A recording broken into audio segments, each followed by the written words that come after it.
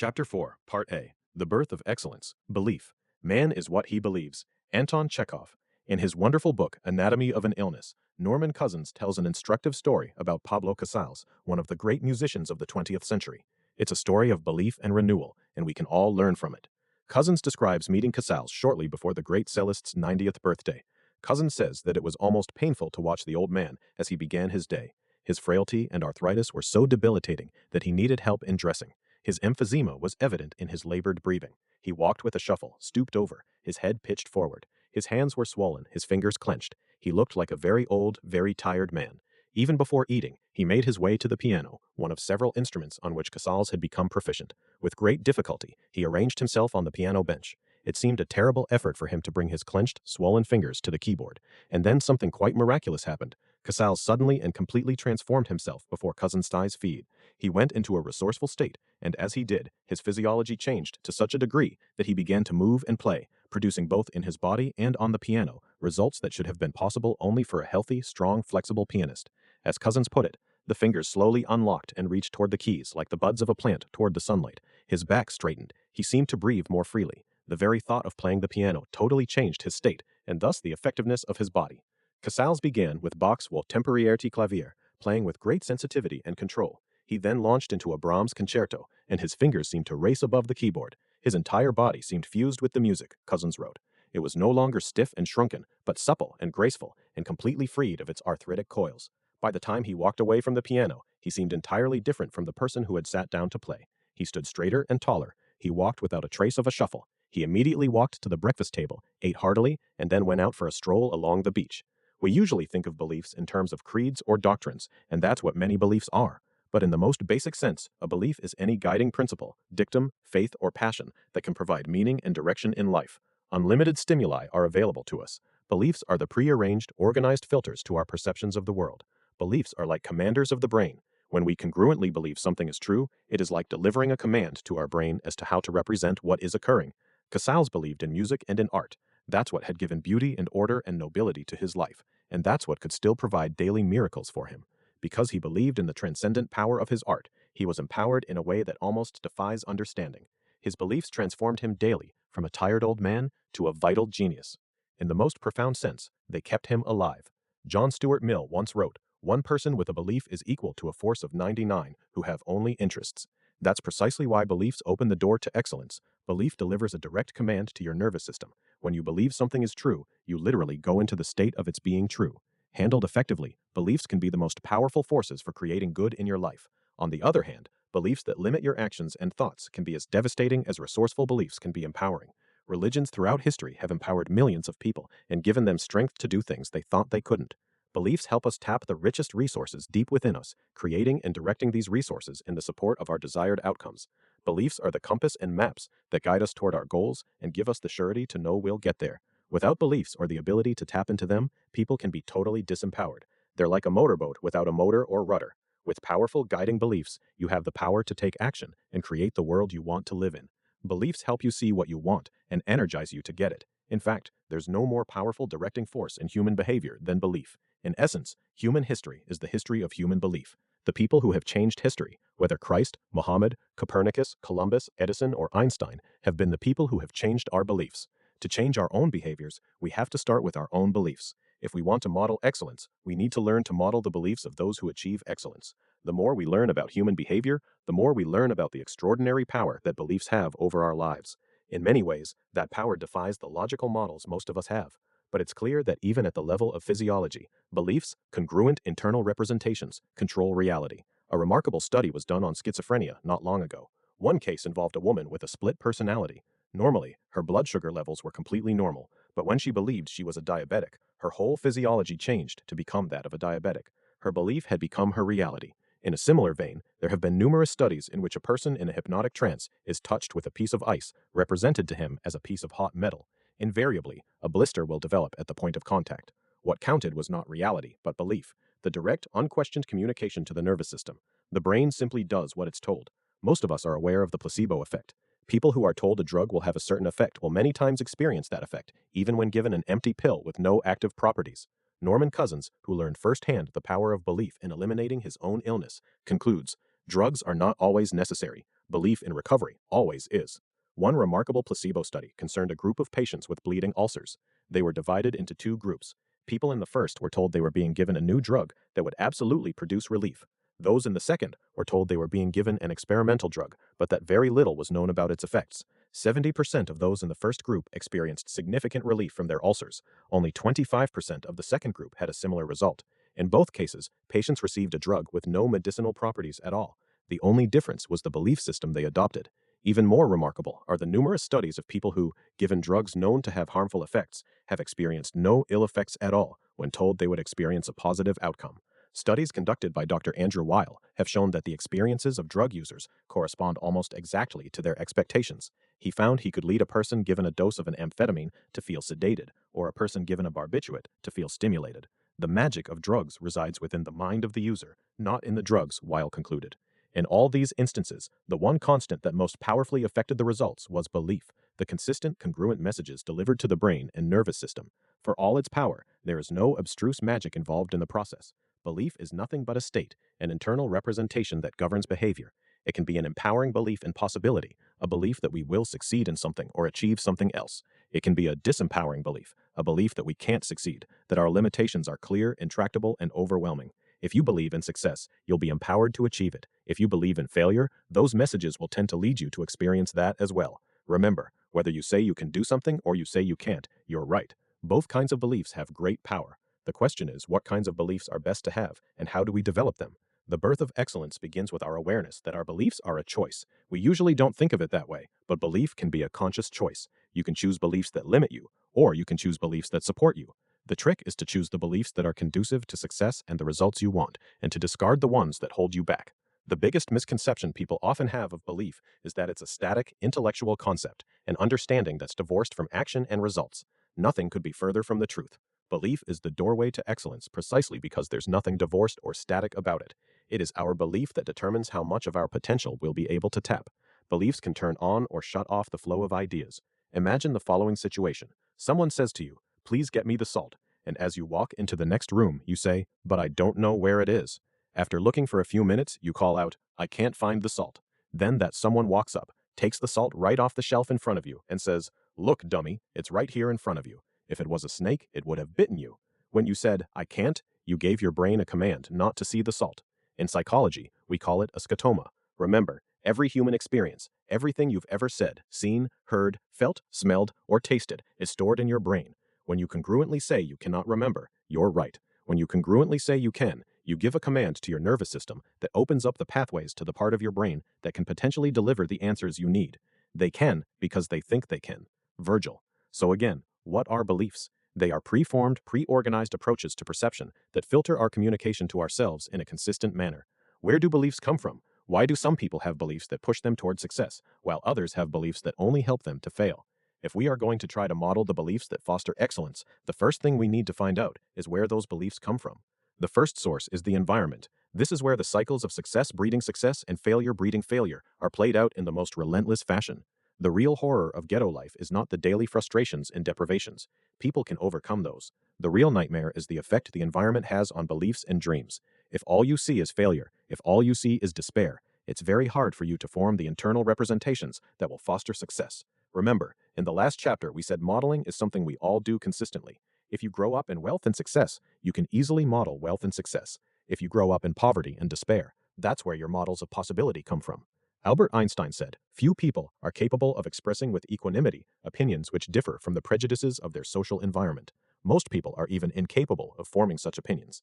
In one of my advanced courses in modeling, I do an exercise where we find people who live in the streets of big cities. We bring them in and model their belief systems and mental strategies. We offer them food and a great deal of love and simply ask if they would tell the group about their life, how they feel about where they are now, and why they believe things are that way.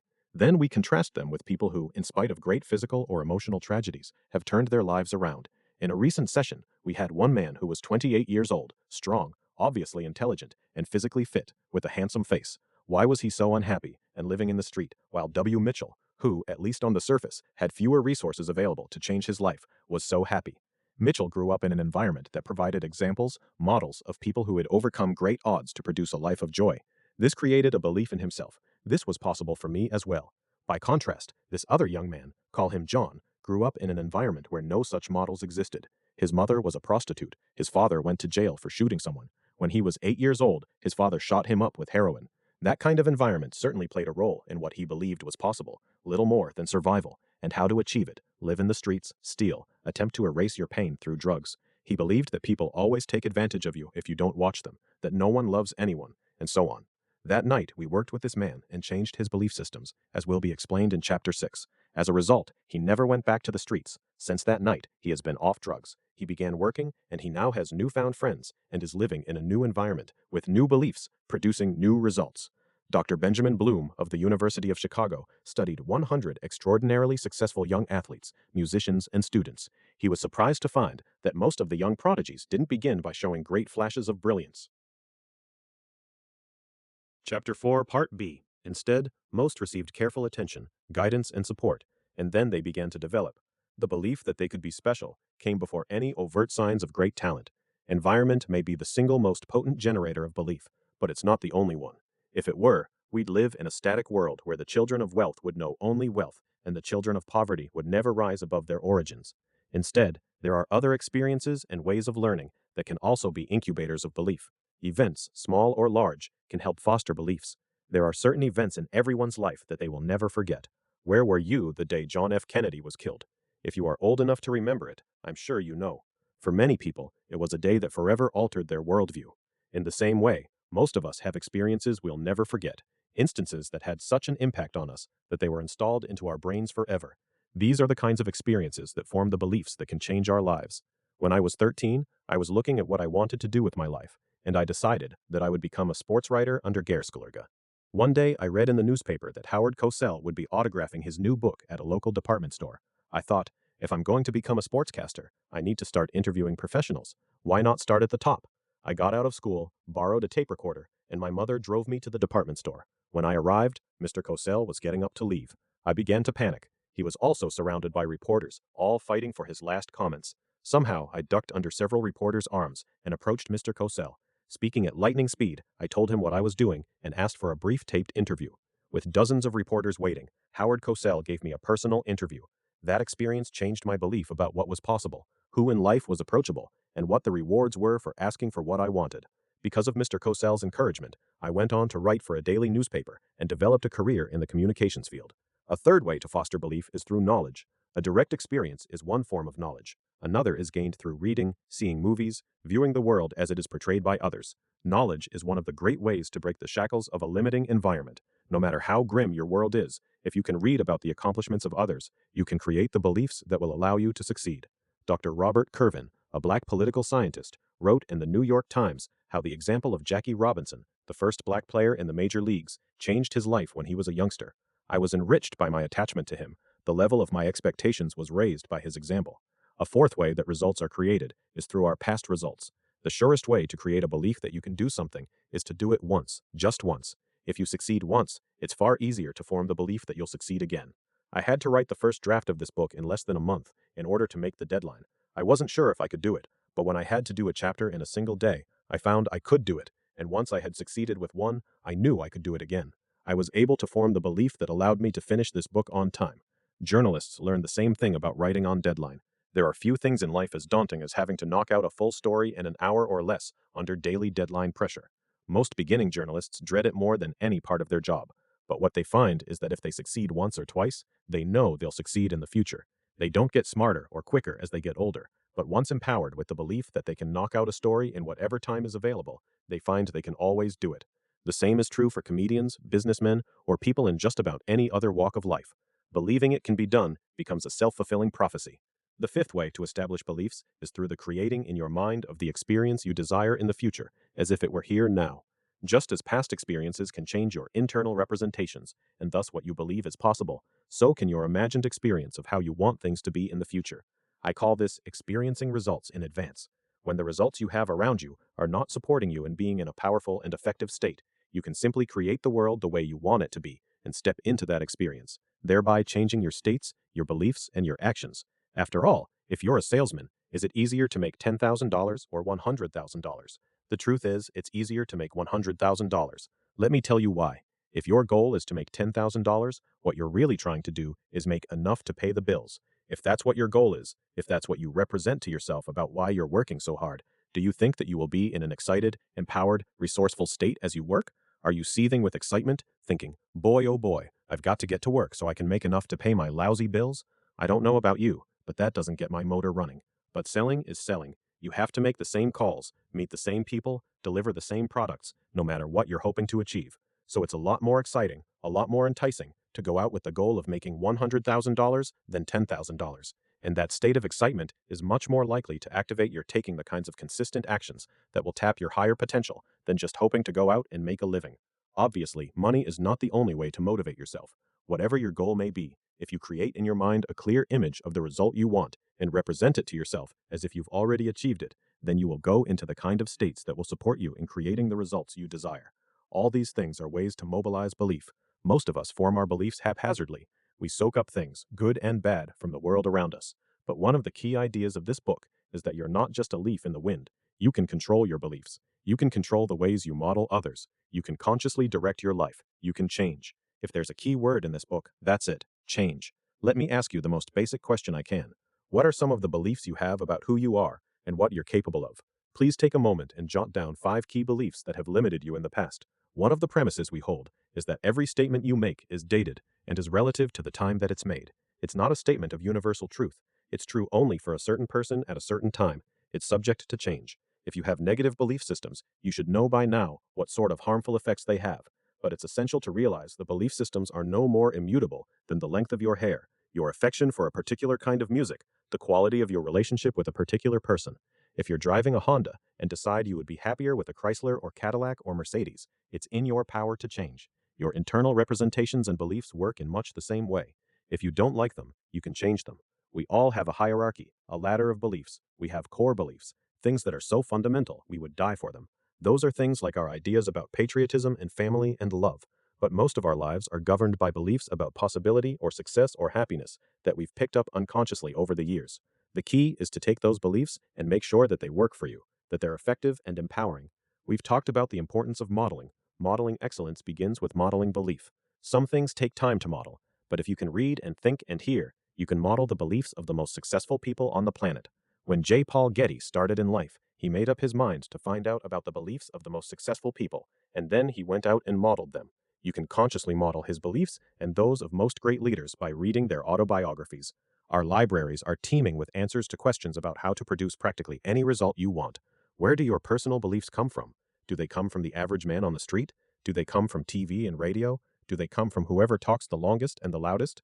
If you want to succeed, it would be wise for you to choose your beliefs carefully, rather than walking around like a piece of flypaper, picking up whichever belief sticks. An important thing to realize is that the potentials we tap, the results we get, are all part of a dynamic process that begins with belief. I like to think of the process in terms of the following diagram. Let's say a person has a belief that he's ineffective at something. Let's say he's told himself that he's a bad student. If he has expectations of failure, how much of his potential is he going to tap? Not very much. He's already told himself that he doesn't know. He's already signaled his brain to expect failure.